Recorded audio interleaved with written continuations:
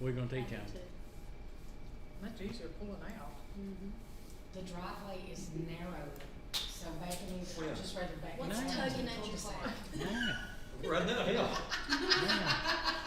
Really on your heart for Josh to teach. go ahead and tell us what are you gonna teach them? What are you gonna teach them? The wilderness. When?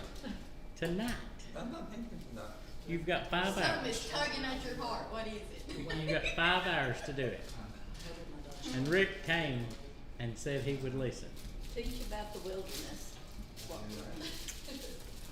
Well, now that's not restricting. That'll be a new Let's one. not put no restrictions on him. Ain't moving, is he? No, he's stuck right there. Okay. Here I am, send him. Huh? Here I am, send him. I'm the same way.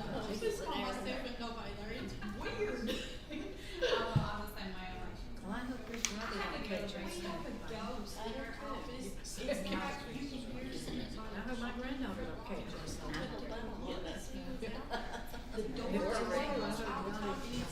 Graceful to me again. You know what they say about the rain?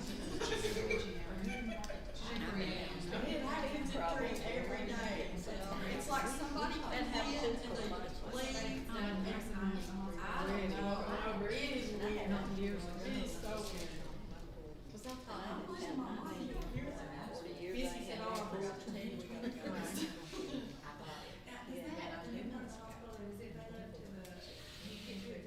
You have to go up on the floor, I'm on the third floor, and you go straight across. I ain't gonna listen. I'm gonna listen. Bring one, look like. All these years I've been taking care of them, going every 6 months, getting my lane and everything. Yeah, everybody wants to know how they get across. That's what I was waiting on. Oh, Lordy. Who did that? I I don't know where it came from. I think I just died. He does that for the dog. Ginger is there because she jumped. And I go out and go. Cause I can't do that. You got all the time you need to practice. Just ask if he didn't whistle. He just whistled. Yeah. Mommy said it scared the crap out of me too, but she'd get her fingers like, I don't know how she did it. I can't do it. Tom, you got all the time you need to practice to get that under control. I can't. Please I go out and warn us ring where my you bell. visit. Now I ring my bell. Yeah, I'm looking at that. That's about all you get. Okay.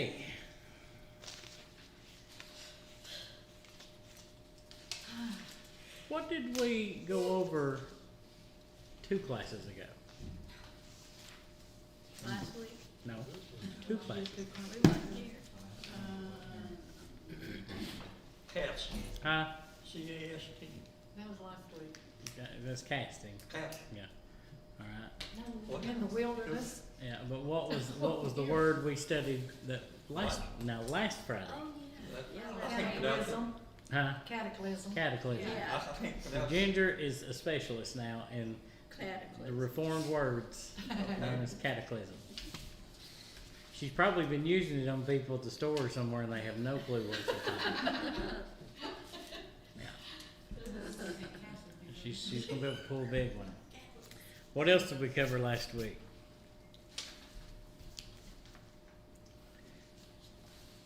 Ooh, we got Catastrophes. Huh? Catastrophe. Okay. Like the flood. Okay, what else? I didn't talk too much. You're doing good. No. Keep on the firing line. Watch and pray. Okay, watch and pray. Anything else? Be ready. Okay, Preparation. okay. Anything else we went over last week? Courtney can't read her handwriting over here or something. Now that's bad when you wrote it and you have no clue what it is. You made us write down what we had at home. Yeah. Okay, now we're getting somewhere. So you had to write down what survival items you had in case in the event of a disaster were to occur. First here, then at home. So we went over those things and seen what everybody had that they were preparedly available for, so that they may deal with. And we found that let me put this up here. This is what we had last week. So this is one of our things that we went over last week about what we should do. Now, this is in preparation. What did we say the word cataclysm meant? Large scale and violent Okay. Event. events, yeah. Uh-huh. Anything else? In your own words? Gotta use plain English. It's the only way you understand. It's all plain English. We last week used this slide, and I'm gonna go back to it, that 39% of adults says that they believe that we're living in the end times. 58% says they don't believe that. In a study amongst religious people that this survey was across the nation, that 58% of the people says they don't believe that we're in the end. And we were discussing some things about being prepared. And I'll show you this one. This was what we had mentioned about being in our survival kit, referencing one of our verses that we covered last week. And in that, we were talking about being prepared for anything that comes our way, or preparing for the end. That was another thing that we discussed last week and was discussing about in Revelation chapter 6 about the end. But now, and these items listed by the Bible was things that we should be utilizing and using for ourselves to prepare for now before the cataclysm occurs. And so I'm going to ask you all another question tonight. Now this is in a different perspective than last week, but it's still hanging on to some things for preparation. But when we look at tonight, all right, it's 7 o'clock, right after 7 o'clock on Friday night, January the 24th, and we are here right now. And for those of you that was here last Friday night, you went 1 week from last Friday night to tonight. Now here's the question I'm going to ask you before we look at anything further, is what have you done to prepare to come sit in the seat you're sitting in tonight?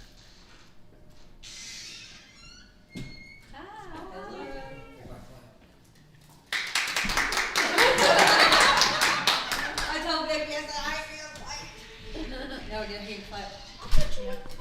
She got me in, and she chased me right after that and said, can you have a fight? I was like, sure. Roll it on. Y'all can hear. I don't mind. You're good, Roger. They're moving this No, go way. ahead. You're right. You're He's good. gonna scoot down one. Chris is moving. There you go, baby. Appuccino. It's not tiny, it's tiny, but it's not. So, Yeah, he was head of the conference. Josh, mom is a delinquent. Yeah. is what? She's a delinquent. Why's that? Look, we're late. Better than never. I don't know what happened. Delinquent. What's better late than Whatever never? happened. She told me she wasn't coming. I know, she told me.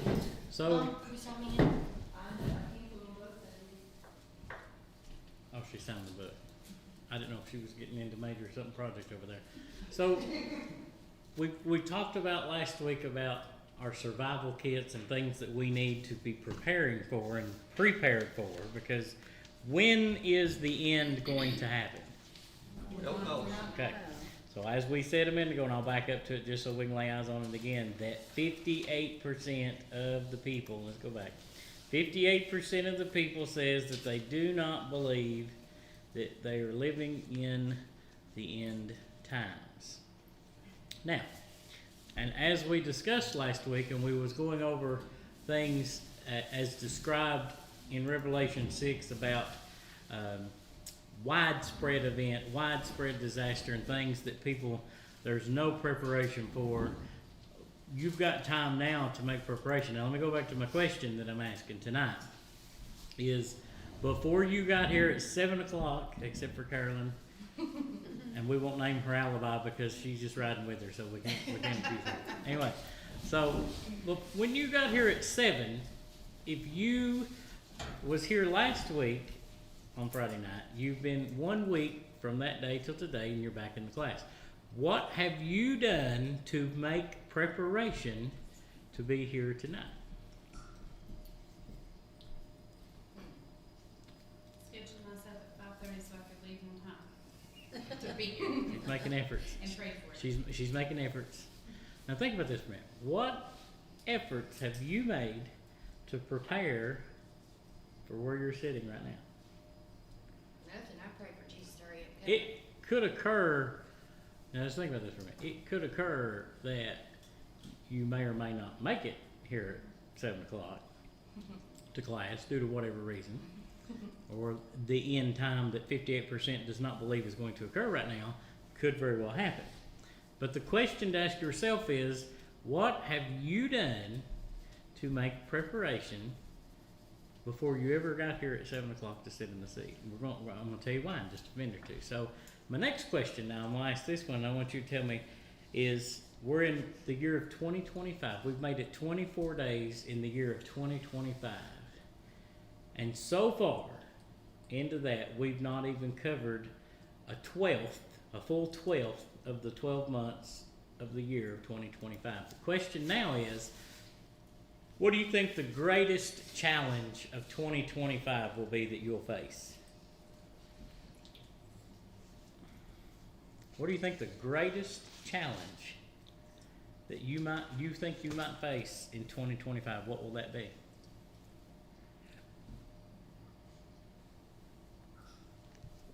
We have Ginger perplexed.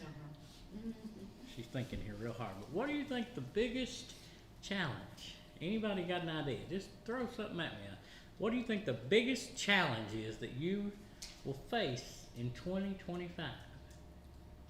Get my daughter potty trained. Okay? That is a challenge. That is a challenge. It's not for the weak. Anything. What do you think? It's got real quiet. Huh? Keeping your job? Not killing my boss. Don't kill your boss. Okay. Now just think about that for a moment. Now you're sitting in 2025 already. 24 days of it's passed.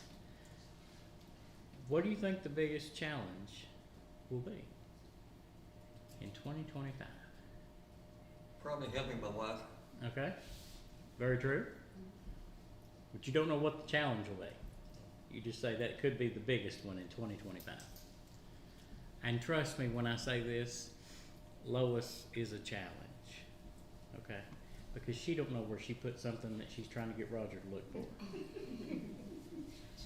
So it can be small things and it's still the challenge. It may not even be medical. It could just be she don't remember where she put something and Roger's trying to find it. So, but just think about what's the biggest challenge you might face that's potential. There's potential for 2025.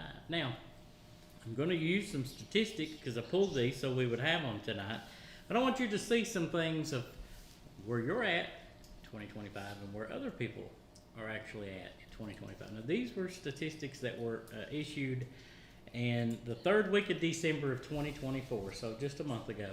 These numbers were made from statistics that was on several news stations, and I went back and found it, pulled it. Now, I want you to see this. More than 1 in 3 workers say that they're living paycheck to paycheck. That means that they have little to no money left over for savings after covering their monthly expenses. 6 in 10 Americans are uncomfortable with their level of emergency savings, which has increased since 2023. The average American feels they need to earn over $186,000 to live comfortably. That is down from what people were saying in 2023, but more than double the average full-time year-round worker's salary. But they need that to feel comfortable. Many Americans carry credit card debt from month to month and still prioritize earning rewards. 67% of credit card debt holders try to maximize their credit card rewards in the debt survey. Now that's where they were sitting at the time of a survey in the third week of December. Courtney's in trouble over here. Something going on over here with her when I brought up this. I get the reports all the time. Listen to I pay it that. off though. Huh? I pay it off. Okay, well, that's good. So, this is where people are sitting right now. I mean, I don't expect from 1 month that it changed drastically when this was a year analysis of 2024. And we get through everything from you need $186,000 a year just to live comfortably. Well, then you should not major in education. That's part of the challenge, okay? You're never getting So- 6 figures. So you think about this. Just think about this. This is where people are at right now. Now this is standard practice everywhere. People in this area, I'm gonna go. Now this is a national U.S. survey, but I'm gonna go local to Claiborne County or our tri-state area, and I'm gonna go local here. How many people do you think have enough means to make it in 1 month? Not me. What do you think? Well, my house is paid off. Do you how many people you think walk in the CCM office downtown Millsboro to get food and clothing because they don't have no more food and they don't have clothes? How many people you think go through that door through the week? Quite a few. They get vouchers and other things that they use. First Christian in Millsboro does a box distribution with the CCM office once a month, and they create 100 and some boxes that's about the size of half this table that has all kinds of non-perishable stuff in it that goes out to elderly people once a month. They distribute that out through there, and from talking to 2 of their people that take those to those homes, they take it about the 2nd to 3rd week of the month. And when they do take it the 2nd or 3rd week of the month, how many of those places do they go? Do you think they didn't have anything when they went through the door? Several. And these are elderly people, retired, that they did not have enough money to pay the $500 electric bill, whatever the bill was, whatever their bills are, and then their medicine. According to I've worked in pharmacy, they'll come through and decide how much the medicine's going to cost before they agree to buy it or even take it. Or they may not buy it because they can't afford it. Now, when I worked in the drugstore a long time ago, we actually had charge accounts, so we let people charge on their account, and they paid it off at the end of the month or whenever, and they would do that. But most of those people that was on a fixed income, you'd watch them come in, and they'd pay it right off every time. As soon as they got paid for their on the month, they'd come right in that door and they pay it. We got about 5 that come in every month and pay $200 right off. Yeah. That's the first thing we do. They do not want to be behind at all. It bothers them. And older people tell, especially at the hospital even, I've had people in the ER tell me that there is a fear of getting behind because if something happens to them, it's not taken care of. So there's this fear of if I'm not here to take care of it and I'm behind, there's a problem with that. They don't live well with that. So they would come in, I remember well, they'd come in the drugstore every month and pay that right off every time. And now some of those, it was comical to me because some of them, their bill was like $7. Was it not? It'd be a $7 bill. They would come through there like they're paying off $1 million every time. And they always want a receipt. Yes, and I need a receipt. Write me one. And so that was always the big thing that we got down to. Now, in life in 2025, where we're sitting right now, and just from this information, we go to looking at when you look at people who's living from paycheck to paycheck, or households that needs 6 figures to be comfortable.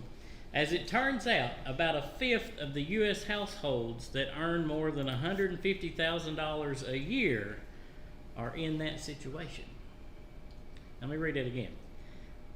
1/5 of U.S. households that earn more than $150,000 a year are already in that situation.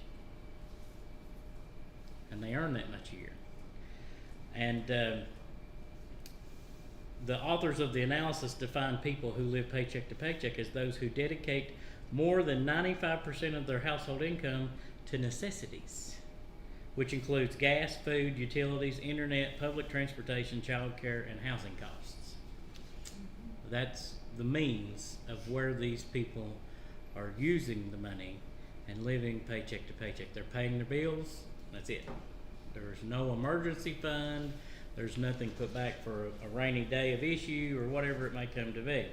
Now, looking at that, knowing that information, we're zooming back in on the map here for just a minute. Tell me what some challenges are in 2025 that we face now that we did not face when Courtney was born? Not that long ago. It's been a while. Just been a while. Where was you born? Where was you born? Where? Yeah. Not school. Okay. So, tell me some challenges that we deal with now, people deal with now in Claiborne County, that probably they didn't deal with in the 80s. No, since I can't. Higher taxes. Huh? Higher taxes. Okay. What else? Inflation. Okay. What else? Anything else that people deal with now that they didn't deal with then? Population grew. Yep. Mandatory car insurance. Mandatory car insurance. What else? What is the average rent in this area? A month, every bit of it, for an apartment, 1 or 2 bedrooms, about 12, 14. We've got a couple of houses just up for me, behind me, that are renting it by the bedroom. It's $700 a bedroom, is what they're renting in the houses behind me. And See, I have my 3-bedroom right up here. See, $1,000. there you go. All the utilities There you and go. internet's included. so, if you took someone, now I want to erase a little bit of our factor here. Let's take out those who are in medical school or going to college at LMU. Let's just take those people out. And we're going to say just the people that live here, Claiborne County, are going to work a job in this area and pay $1,200-1,400 in rent. That includes nothing. No utilities, nothing. $1,200 or $1,400 in rent. How's that going to go? What do you think? It's hard. Not well. Huh? It's hard, for sure. Yeah. I know. But I'm just saying that's true rent price. They average anywhere from $1,200 to $1,400. Nothing included, Huh? Nothing Nothing included. included. You're gonna have to do it. Diapers, Yeah. So gas. you look at this now and you see how thinly stretched things become based off of things that we did not face in the 80s, really not in the 90s, and probably not even really in the early 2000s. Yeah, but people that's looking for a place to rent, people that own property don't want to rent to you unless you're a student. Right. That's also another challenge. Now we're getting to the next challenge is that you can't rent or can't find a place if you're from here because they're only renting to students. But now your home is very well taken care of. Yeah. So that's another challenge that people here, right here, are facing. Just right now. That they did not face in the 80s, 90s, early 2000s. And that's not amongst anything else that's increased. And I had a picture, I don't remember if I sent to Courtney or somebody, but we had a person here in the area that had a $200 electric bill that went to $528 in 1 month. 1 month. With no problems. No maintenance problems, no issues. Just his electric bill went from $218 to $528 in 1 month. That's a Regular challenge. size house too, just like a normal Yeah, house. standard size house, nothing out of the ordinary. That's a challenge. So when we look at life and we're looking ahead, what do we think might be the biggest challenge you could face this year? You think about that. What's the biggest challenge that you might face this year? Stress and temptation. Okay.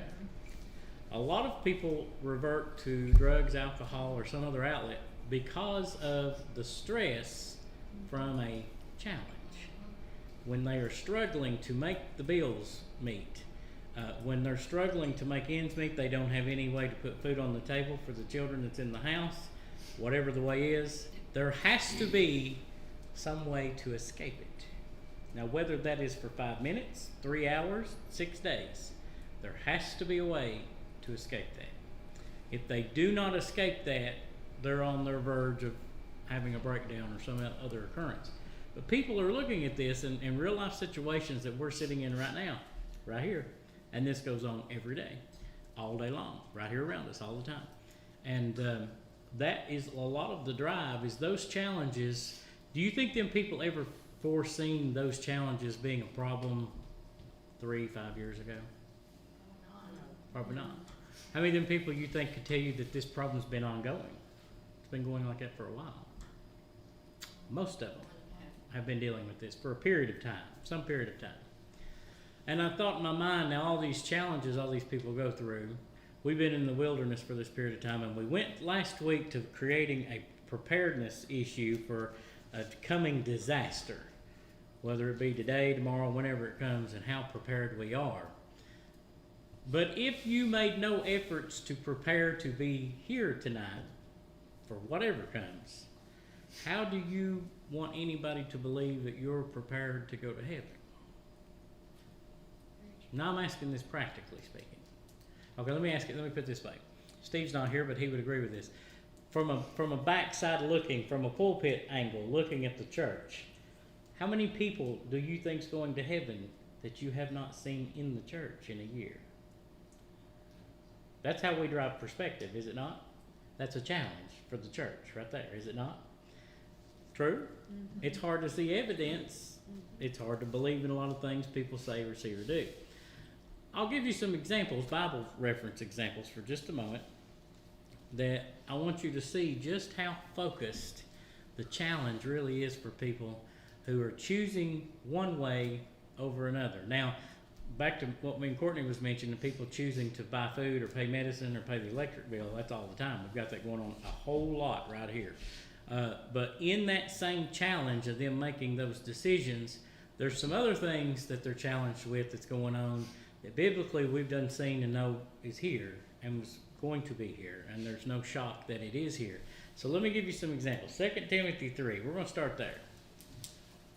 Now, I'm going I took some paraphrasing for us tonight to look at some things specific in these 4 or 5 verses right here. Because I want you to think about how much you see now as a challenge to deal with people that we did not have even 30 years ago. For example, in verse 2, people will love only themselves and their money. What do you think about that? They only love themselves, what they're doing, what's about them, or what they're doing with their money. All right, boastful and proud. How many people wants to be heard and their opinion matters? You see that more now than we did before. Disobedient to parents or ungrateful. How much do we see this going on? Huh? A lot of that. Nothing is considered sacred. That is so true. All right, let's keep going. Verse 3. They will be unloving and unforgiving. How many people your day does not forget and they are not forgiving? They do not do that. They'll slander others with no self-control. What do you think about that? How much do we see this going on? They'll have cruelty but hate what's good. They'll hate the good things. They'll love the bad things. All right, verse 4. Here we go. They'll betray their friends, be reckless, be puffed up with pride, and love pleasure more than anything else. Do we see any of that going on? Okay. Number 5. Here we go. And I'm paraphrasing these verses into just an example of people today. They'll act religious, but they'll reject the power that could make them godly. But they act religious. Mm-hmm. See that? On Sunday morning. On Sunday morning? You're kidding me. Yeah. So all of these people, now I want you to see this, all of these people right here in 2 Timothy, what does these people represent? When Paul warned Timothy about these people that we say we see more now than we ever have, what are these people? What are these representing? The church. Huh? The church. Yeah, the part of it. What else? Problems they're gonna face. Challenges is good. There's a particular verbiage that's used in the Bible. I just want to see if anybody hits it about people that are going in this direction that we're seeing more now than ever. Fall away. Thank you. The great falling away. Who falls away? Now Believers. okay. All right. Now we're stepping on toes. So we're getting somewhere now. So we've got this issue of these people who are challenged. You've got challenges in your life all the time. And whatever you may or may not know is coming, or whatever you think may be the biggest challenge of your life in 2025 that could be. And all these people that we go through life and we deal with lack some things, and one of those things being what we've mentioned right here. Now let me ask y'all this question for a moment. Just hang with me. What is this? Lunch. Anybody eat salmon? How many's eating salmon? 1, 2, I have it. 3 people. It's very low odds. Okay, y'all watch that. You don't eat it. I eat that. That's a big no. Yeah. Okay. So we see some things about this very fish that we need to practice tonight. We need to practice the evidential biological creation of salmon. And we all know from the National Geographic Channel that this is the root of where your salmon patty comes from, in the midst of everything. Now, this is considered an anadromous animal because, why? Does anybody know what that means? Anadromous. That means that they live in both fresh and salt water. They live in 2 environments. Okay? This fish lives in fresh and salt water with no problem. They're born in fresh water where they spend a few months to a few years, depending on their species, before they go to the ocean. Okay? So they're exposed to 2 different things in their lifetime. And more than once they're exposed to 2 different things. There's a lot of theories about how that they can do this, but one of the things is that what do we know about the salmon that it does? Tell me something you know about a salmon that it does before I go any further. Huh? Okay, we see that on National Geographic. They swim upstream. Why? Why do they do that? Huh? Lay their eggs. Okay. How do they do that? They get up first. Huh? With their tails. No. How do they know where to go? Instinct, But God-given instinct. okay, there's a flood in North Carolina and the river's not where it was, Uh-huh. so they can't go the way they came. Mhm. How do they get back to where they came? I don't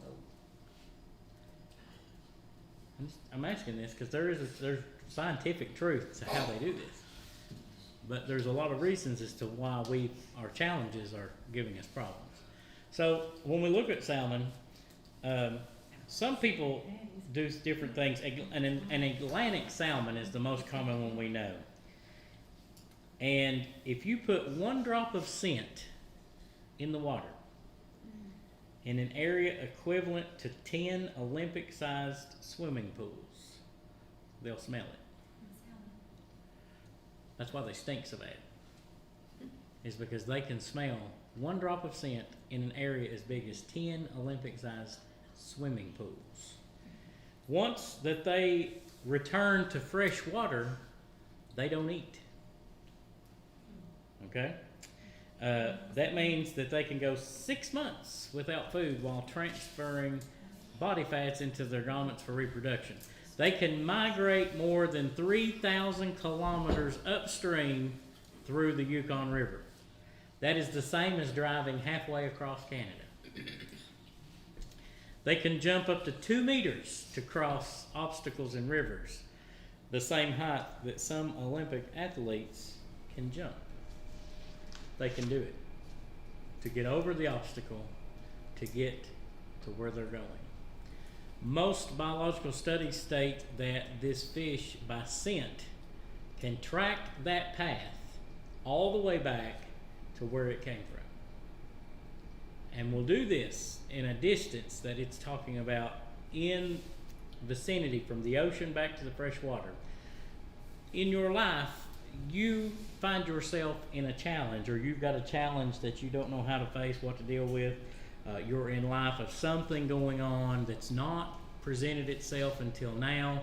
You're living with challenges that you did not live with before now. That's another one people are dealing with now in 2025, is maybe they're dealing with some new challenges. Okay, I'll give you an example, and let's just use an easy one. Let's just say that you had to have an unexpected surgery, and your insurance says denied. So now you've got a $64,000 bill for a surgery that you didn't plan on having, and you've had to have it. So I mean, that wasn't a choice. But your insurance says we don't cover that, or that wasn't in network. You went to Florida Rick and Tony went to Florida. And that's out of network, so we're not covering that. So now you got a bill for $64,000 that you didn't expect. That now you've got to put in the stack of bills over here. It's already here piled up. Now that's a new challenge, unexpected, that we didn't plan on having, that's came up. All through a salmon's life, it's got some challenges that it's going to run into. What are some of the challenges you think it's going to have? Bears. Okay, that's the first one everybody jumps to, and I don't know why, but everybody jumps to those things that you know goes on in life. And this fish is swimming continually against the current. Now think about that. There's no floating. If it stops effort at any time, what happens to it? Go back. Wrong way. It's got to make itself go even harder to get back where it was at. If it stops for 1 second, the stream is taking it back where it came from, because it's swimming against the current continuously for however long it takes. Now, according to the science information, it says they don't eat for up to 6 months, so that tells me for 6 months, the challenge is they never stop swimming against the current. Okay? This fish is quite miraculous in some of the efforts that it makes and the journey that it goes, but it still faces obstacles. Bears is the big one. You've got issues of geography changing, or rock slide blocking part of the way, or something else. It's going to have to be able to jump over those rocks to get up upstream to continue going. And all these obstacles come, that challenges that it's faced that it did not know were coming. It did not know to expect. It did not know. But it's able to adapt enough to the challenge and manage to adapt to that challenge that it's able to come. Now, in 2025, we've got a lot of people that are living life as they seem normal. Just the happy-go-lucky life as they seem normal. And one of the things that they continue to do in living life and all the challenges that it throws at us and face is that we see differences now than we seen 20, 30 years ago. I'm going to use an easy example. Now, I'm going to give you this picture. And Courtney's here tonight, so she can speak upon this. She was alive during this time frame. But at a church, when she was a child growing up, she can tell you that she remembers in that building that they would regularly do something for Sunday attendance. What was that?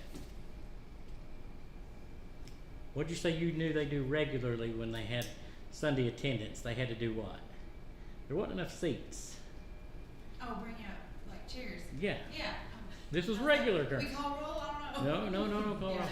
But this was regular. Do you Oh, know? yeah. Now, Yeah. Courtney, she says she's pretty young. She says Back in the she's day. pretty young. So Back in the early 90s. So we're going back to the 90s, just 30 years ago. You know, in 30 years ago, there was chairs being set out in the church on Sunday. every Sunday. Every Sunday. We remember those times. No, wait, we're in the 90s. Now, we ain't got back up for you yet. Hold on. We're still going back. Just hold That on. was the 90s. Chris was born in 90. He was here. So he was even present during that Sometimes period. at Sunday school, we have to open up the doors and set chairs. Out of the Sunday school room. Yeah. Yeah. We have to make But it- regularly. Yeah. Okay. That was a challenge that the church faced in the 90s, was no room, stacking. Huh? And then, okay, and then there's been several services and times I remember that in different places I've been in that we've had to sit chairs out for certain services. There's been chairs set out in the aisle and in the sides and up front, wherever. Easter. You remember that? Easter. Went on, yeah. Homecoming, that was another one. You know, Christmas sometimes for things, you'd have to set chairs out. How often are we doing that now? No? Roger, you ain't doing good at this job at all. You're supposed to be ready to put them chairs out, I told you. I know it. It So, don't need 'em. so the next study was in 2024 in December. This came from just churches that submitted this information in the U.S. 56% says that they seldom or never attend religious services in America. And according from that data, less than 30% say they attend on a weekly basis. So 56% does not go. And then the rest, a third or less of those go on a regular basis. And or seldom. That's a lot of what the percentage goes. So an interesting part to me about that is that how many churches you think closed permanently in 2024? Well, How many you think? Throw me a number.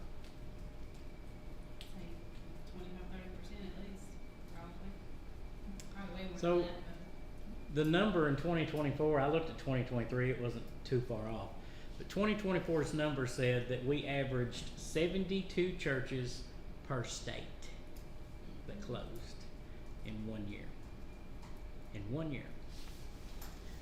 72 churches per state on average closed their doors in 1 year. That's over 1,000 churches in 1 year. Why do you think they're closing their door? But why coming? Huh? No But why attendance. coming? Okay. So we're back to our falling away issue. We're still sitting on that. This is so ironic to me that people in 2025 find life harder than it was last year, year before, 5 years ago. Life's harder now than it was. It's funny to me that they say that. How many people growing up all your life has known that all through life you've seen people ahead of you that faced challenges every time that come up that they weren't expecting or something happened? Some of you have already faced some challenges already.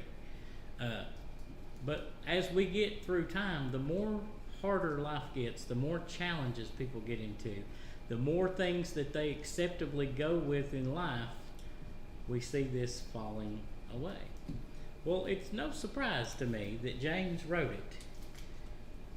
The oddest, ironic verse that we can have in the Bible, to me, is to tell you that it's the best thing that can ever happen to you. When the temptations hit and you fall into them, you just count it all joy. First thing people's going to say is, he has lost his mind. But count it all joy. When you fall into them and they come to you, just count it all joy. All the joy. And the last two words of verse 4 is what? Wanting nothing. Wanting nothing. Now, in the Bible, and for anybody who wants to read it with me, you can in 2 Kings 4, but I'm going to read some things here for a moment. We're going to look at just a specific part of the Bible at the end of this to see what we need more of. We've been in the wilderness. We've been talking about getting prepared for whatever may come our way, but there is a few things that we've got to be willing to do in order to succeed at that. So in 2 Kings chapter 4, I'm going to go through this just section at a time as we cover some verses tonight. And we're going to start reading 2 Kings chapter 4, I think about the 8th verse. I'll give some of y'all seconds. It's pulling up and looking up before we read.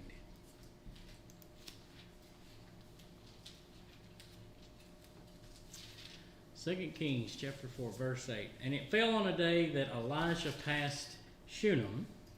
There was a great woman, and she constrained him to eat bread. And so it was that as oft as he passed by, he turned in thither to eat bread. And she said unto her husband, Behold, now I perceive that this is a holy man of God, which passes by us continually.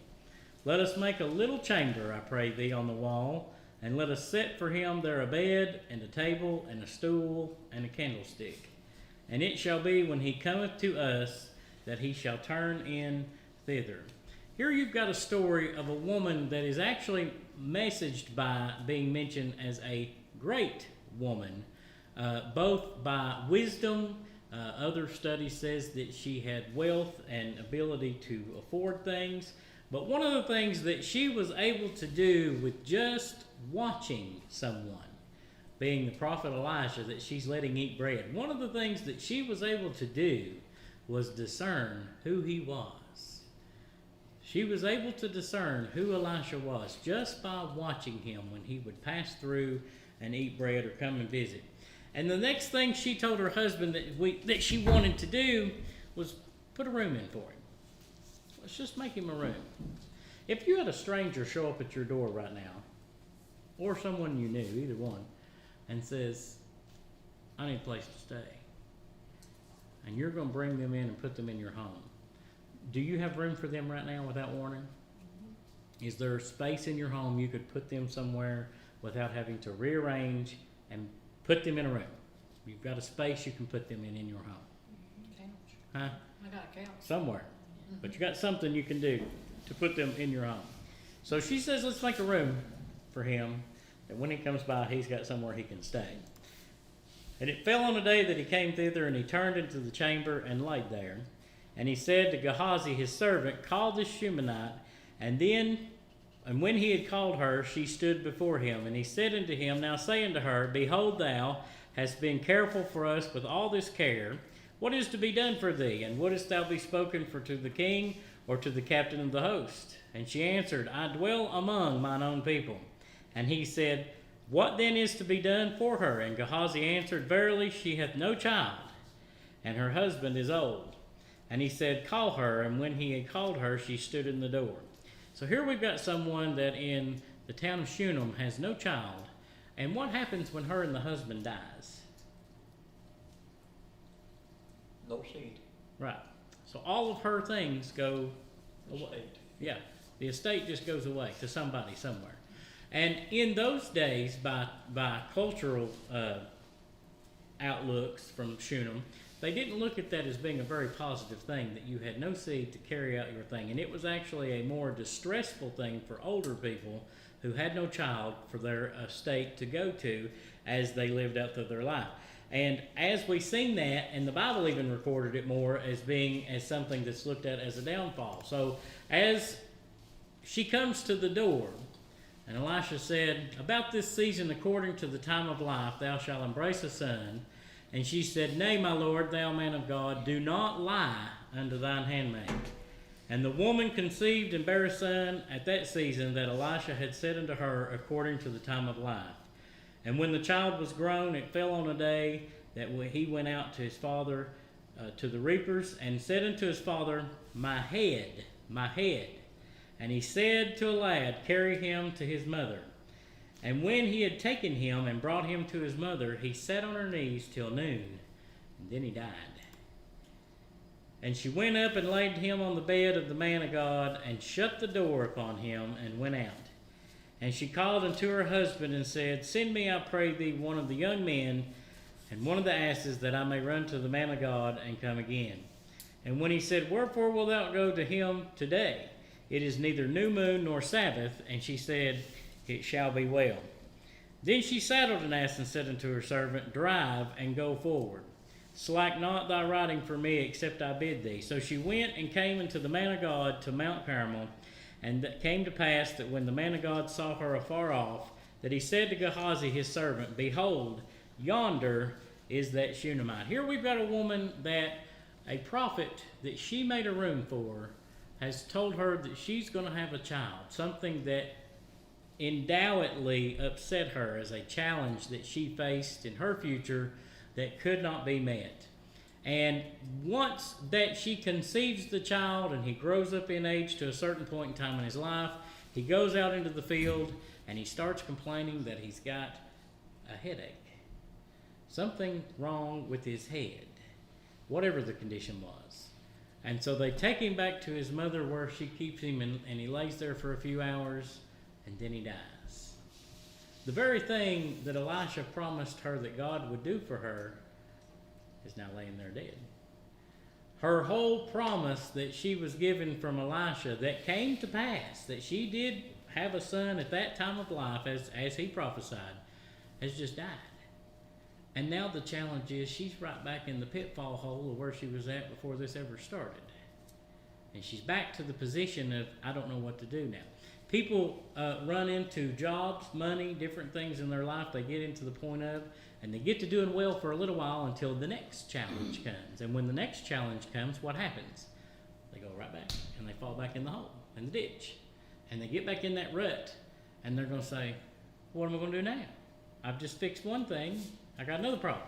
There's something else coming. She's sitting here with this. She does nothing more, by the Bible's record, than takes the child and does what? Laid him on the bed. She takes him up and puts him in what bed? Elijah. Huh? Elisha's bed. Elisha's bed. And puts him in the room, shuts the door, goes and tells her husband, I'm going to go find Elijah. She goes and tells the rider of the mule to, don't spare no hold back, put that thing in fifth gear, we got to go. And so she heads out. Now, as we see and we go on into the Bible, let me get to my next verse here on 26. She says, when he seen her coming, he tells Gehazi to run now, I pray thee, to meet her, and saying to her, Is it well with thee, thy husband, the child? And what was her answer? It is well. And when she came to the man of God to the hill, she caught him by the feet. But Gehazi came near and to thrust her away, and the man of God said, Let her alone, for her soul is vexed within her, and the Lord hath hid it from me, and hath not told me. Then she said, Did I desire a son of my Lord? Did I not say, Do not deceive me? Then he said to Gehazi, Gird up thy loins, and take my staff in thine hand, and go thy way. If thou meet any man, salute him not, and if any salute thee, answer him not again, and lay my staff upon the face of the child. And the mother of the child said, As the Lord liveth, as thy soul liveth, I will not leave thee. And he arose and followed her. And Gehazi, bear with me just 1 second, my computers went crazy. And Gehazi passed on before them, and laid the staff upon the face of the child, but there was neither voice nor hearing. Wherefore he went again to meet him, and told him, saying, The child is not awaked. And when Elisha was come into the house, behold, the child was dead, and laid upon his bed. He went in therefore, and shut the door upon them twain, and prayed unto the Lord. And he went up and laid upon the child, and put his mouth upon his mouth, his eyes upon his eyes, and his hands upon his hands, and stretched himself upon the child, and the flesh of the child waxed warm. Then he returned and walked in the house to and fro, and went up and stretched himself upon him, and the child sneezed 7 times, and the child opened his eyes. And then he called Gehazi and said, Call this Shunammite. So he called her, and when she was coming to him, he said, Take up thy son. Then she went in and fell at his feet, and bowed herself to the ground, and took up her son, and went out. All of life's challenges that we face, a lot of them aren't really expected or predicted sometimes. And sometimes we get into the issues of life catching up with us, and then we kind of wonder just where we're at. Just where are we at? I've had a spell of a good season. I've had a spell of something good come into my life, or something good's happened for a period of time, and now it's gone. I feel like I'm right back where I was at. The things that I was happy with in life, or things was going good in life, and now we've took this turn of something that's happened. What was the one thing that this Shunammite woman did? Her action when she faced the challenge. She didn't accept that it was a challenge, like she was talking positive about it, well, like she didn't, So, forecastedly, her mind is to what we'll call persevere. She is willing to persevere the challenge. All from one thing that she did. Let's back up for just a second. She's got this child. How did this child come along? Promise from the prophet, Okay. How did he get there? from God. Okay. So God brought him through. She feeds him bread. And then what does she do? Made him a room for him. Made him a room. Do you know that the reason that we faced most of our challenges with problems is because we made no room? Mhm. We didn't make no room for God's provision before the challenge got here. Before the challenge comes to your life, do you have room? Have you made room for the Lord to be there? Now think about that for a moment.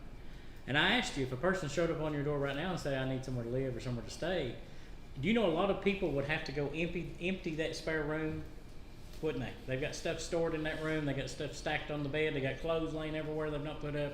They'd say, yeah, you can stay, but let me go get it ready. They're not ready. They've got a space, but it's not ready to be used. And how much in our lives, before we ever want to get to that point in that challenge that comes in our life, do we want to be sitting here realizing and saying, now think about this seriously, is that, did I even make room for the Lord? I'm going to throw this in a 360-degree direction. If you don't have a spot for God, I'm going to give you one thought to think about when you leave this place tonight. Where did he put a place for you? Huh? Okay, that's one. What's the Bible say that he went to what? I go away to prepare a place before you get there, right? He's gone to prepare it before we arrive. But let me back up. There's one place before that he already had a place for you too. Anybody know where that was?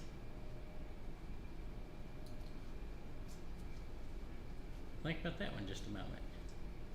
What you rational? There's another place that the Lord has prepared for you before the one he's preparing. Table. My father's house or many mansions? Mm-hmm. Nope, keep going back.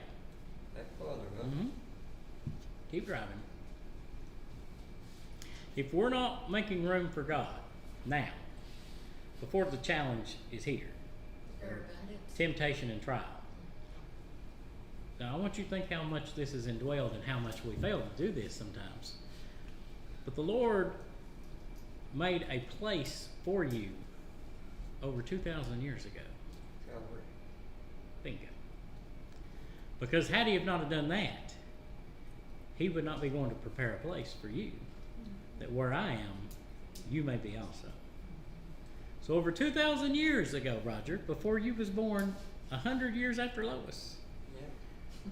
You think about that. Over 2,000 years ago, that's when he started preparing the place. That's when he made room for you.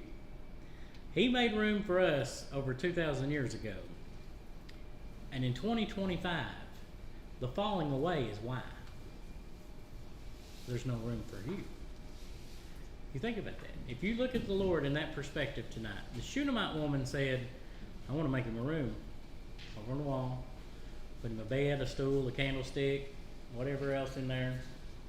But I want somewhere for the man of God to be in the house. I want him to have a place here. And before God's provision provided her the son, one of her very earnest desires that she dealt with more than anything, you think about that, she made room for the man of God before God's prophecy ever came into her heart and into her home and into her life. And when we look at our lives right now, how much room have we made? You've got rooms in your, how many of you have rooms in your house that you don't even hardly go in?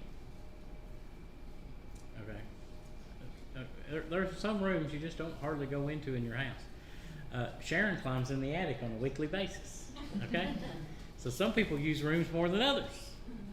But think about it. There's rooms in some people's houses that they probably don't even remember what's in there. Ain't that true? There's probably rooms in people's houses they don't even know what's in their house or what's in their home. But yet, when the challenge comes, and when the trials and temptations, the perilous time shall come, that they're going to love themselves more than anything. When all these times keep moving forward and we keep seeing it move closer to the end and keep progressing, the strangest thing to me about that is that they're pushing one thing away. And what is that? God. They have no room for him. They have no room for him. There's no room for him to be in. And so now, I'll do it myself. I know what I need. I know when I need it. I can do it better than anybody. I'll just take care of it. There's no need for God. There's no room for him. If you read about this Shunammite woman in chapter 4 that we're in, and you learn that the son lives, when Elijah comes back and the son lives, we read, if you go on over to chapter 8, I believe it is, Elisha came back to that woman and he told her, you better leave because there's going to be a 7-year famine and you're going to starve to death. And she packed her junk and she left. She lost all her property. People took all of her property and whatever she left over. And when she came back, she couldn't get it. It was not available. Someone else had done took it over. It had went to the, what do they call it, probate court. They done, it was gone. 7 years went by and she comes back. And what, do anybody know the rest of this? When she come back, what happened? Huh? God restored every bit of it right back to her. Put it right back to her, every bit of it. Our problem in our lives right now in 2025 is, and the falling away of people, is the distancing of no room for it. There's churches right now that I can take you to, literally, that have almost completely removed God's presence to do what they feel the need is fitting to do. I heard a preacher the other day say, and this was literally on the internet, I heard a preacher the other day, he made a statement, he said, I'm going to try not to get excited. And I sat there in my mind and thought, well, why should anybody listen to you? He said, I'm going to try my best not to get excited. He was going to try to contain everything he knew how. Little did I know later that the place he was in did not in any way solicit the approval of any emotion. Now, this is in a church service. There's no soliciting of emotion in this church service. But he says, I'm going to do my best. I'm trying my best. I'm not going to get excited. And there's all kinds of people sitting in this video that I can see in this church, in this service. I wouldn't took the invitation. Huh? I probably wouldn't took the invitation. Yeah, but you think about it. All of this conformity that we are conforming to and these things that we're going with and not wanting to step toes, touch, hurt feelings, whatever you want to call it, we're slowly, this falling away is coming natural to us only because we made less room for God. The Shunammite woman said, I want to put him a room in. I want him to be here. I want him to be in my dwelling, in this place, for him to have a spot. And the sad part of it is he done made a spot for every one of us over 2,000 years ago. And he's still preparing that, by the way. Still making that to be ready. When you arrive, your as the Bible calls it, your mansion is ready. Perfectly fit for you. Custom. Tony won't even have to vacuum no more. Okay? Rick won't have to vacuum anymore. Yeah.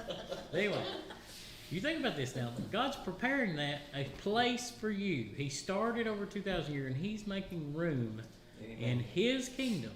He's making room for you right now. But how many is not making any room for him? This tells me why we're falling away. This tells me why there's a problem in 2025.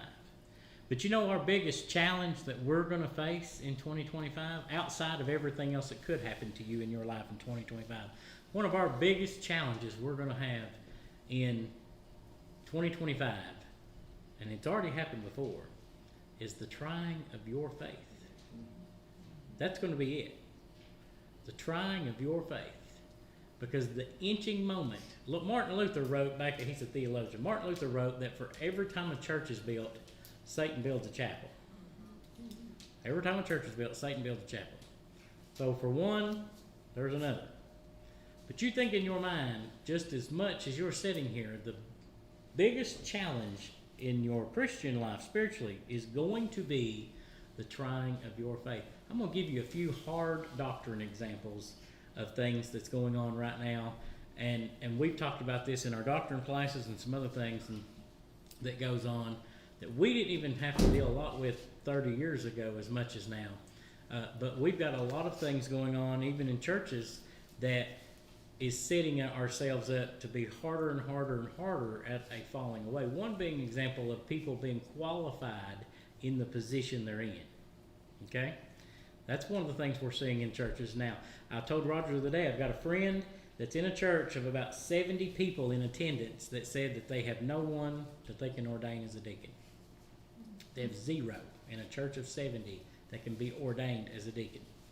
They called in other churches' deacons to come in and hold communion because they have none, 0, in a church of 70. There's several things like this that's now progressing that we didn't see or hear of before.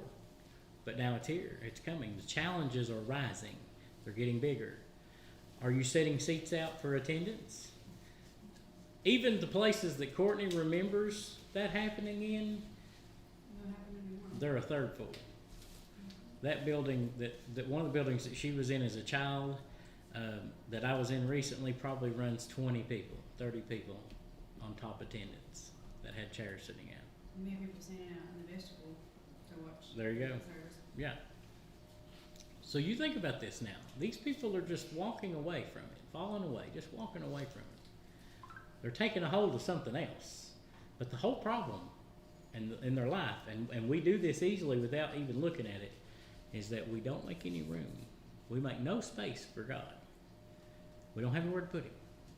We've got so busy. Okay, let's use Courtney and Chris for a moment. How many times a week this week did y'all eat out? 1.5. 1.5. Ball games? Yeah. So busyness happens. You work, you get off, you go straight to the ball game, you come home, go to bed, get right back up, repeat. It's almost narrowing us down to where there's and then you got a practice on the other days. So all this time's narrowing us down that we have less and less and less and less and less space until we start realizing, and I've done this, I don't remember what all I done yesterday. There was so much went on in one day I could not recollect everything I did and what all I done with it. I've had times in the hospital, and Ginger probably tell you this, if you've got a high patient census and they're very high acuity, you'll have a hard time remembering in 12 hours what you did 12 hours ago. I mean, it really is gone. It's back there somewhere. But Sometimes at 8 o'clock or at 6 o'clock, I remember when I did it at 8 o'clock. yeah. Or you'll start thinking, did I do this today or yesterday? Did I see this person yesterday or the day before? And we start running them, the days start crisscrossing and they start patterning themselves more and more and more and more together. As our lives continually get busier and busier and busier, here's the one. How many people do you think now are working 2 or more jobs? What do you think? More than not. Huh? More than not. Yeah, Sharon has 5. Don't you? 3? Okay, 4, whatever. She's not sure. I'm not sure. She's like Roger in competition of yard. How many yards did you mow? 3.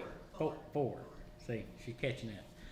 But as that time goes and we get busier and busier and busier, and we like that sometimes. It keeps things moving. It keeps us from sitting. It keeps us from downtime and all this other what. But what we don't realize that's happening to us and what is really going on is we are not making any room for God.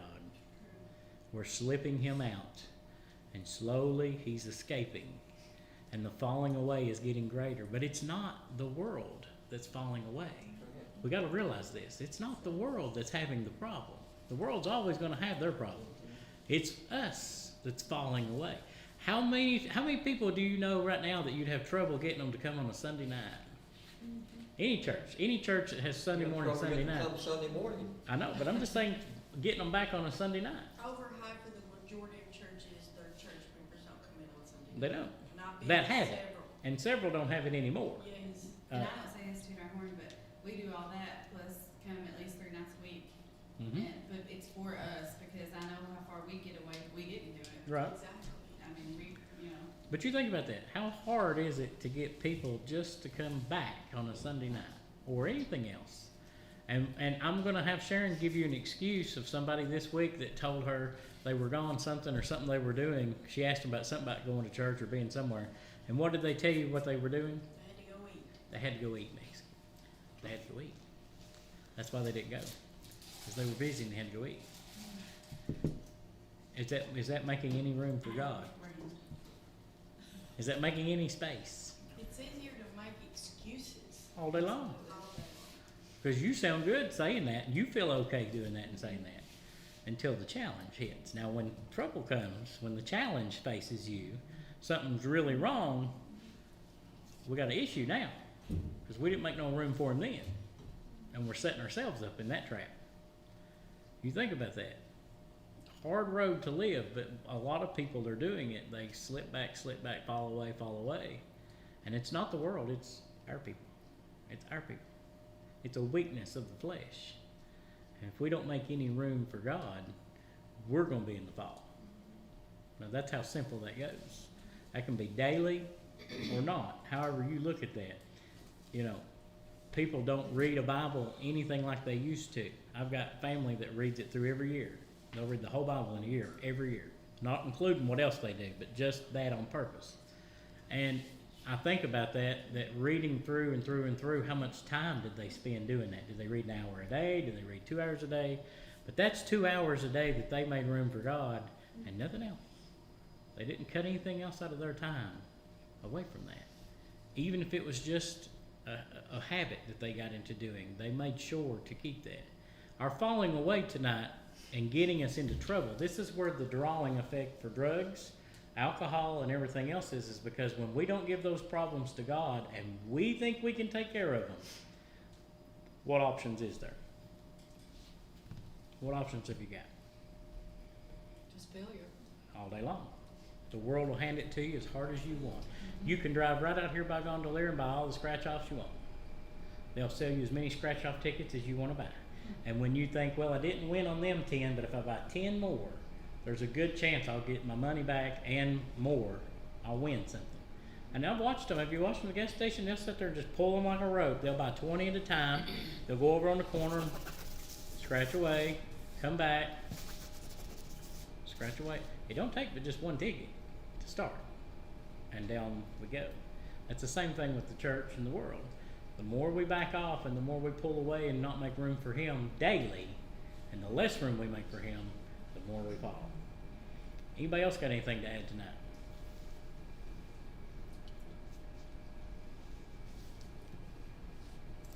Good class.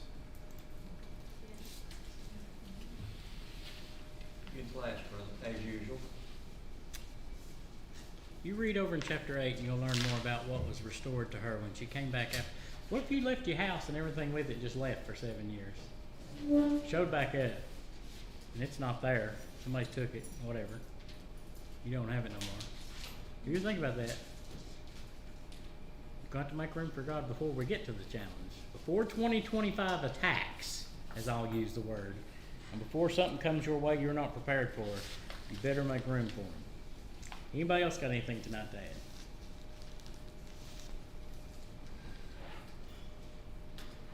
Any prayer